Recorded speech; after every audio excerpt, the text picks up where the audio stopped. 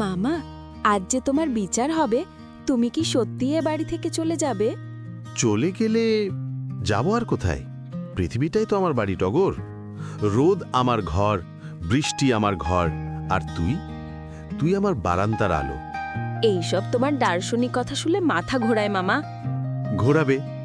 হিমুর কথা না শুনলে মাথায় ঠিক থাকে নাকি? কিন্তু ভয় লাগছে না তোমার? যদি সবাই রাগ করে, যদি বের করে দেয়? আমাকে বের করতে হলে অন্তত 5 জন লাগবে।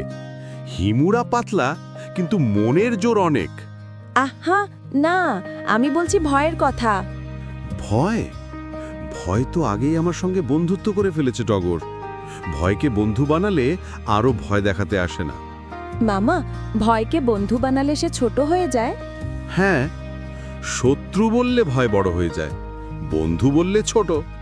যেমন তুই, বন্ধু বললে ছোট, রাগ করলে বিশাল। আমি নাকি বিশাল? মামা তুমি পাগল। পাগল না হলে হিমু হওয়া যায়? মামা, আমি কি একদিন তোমার মতো হতে পারবো? অবশ্যই পারবি, তবে শর্ত আছে। কি শর্ত বলো? প্রথমে ট্যাড়া হয়ে হাঁটা শিখতে হবে, তারপর অপমানকে ফুলের মতো গায়ে মাখতে হবে। তোমাদের জীবনটাই অদ্ভুত মামা। অদ্ভুত নয়, আনন্দে ভরা। যেদিন তুই নিজের ভয়কে হারাবি, সেদিন তুইও হিমু হয়ে যাবি।